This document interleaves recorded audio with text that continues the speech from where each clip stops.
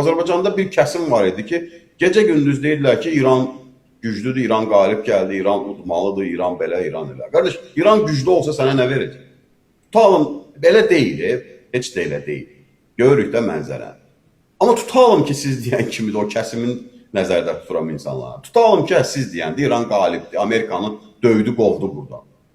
Sabah sənin yanında, İranın yanında sən deyəmizsən, Amerika okyanı otaraydılar. Sonra nə olacaq? Sənin ölkənin problemləri necə qarşılanacaq?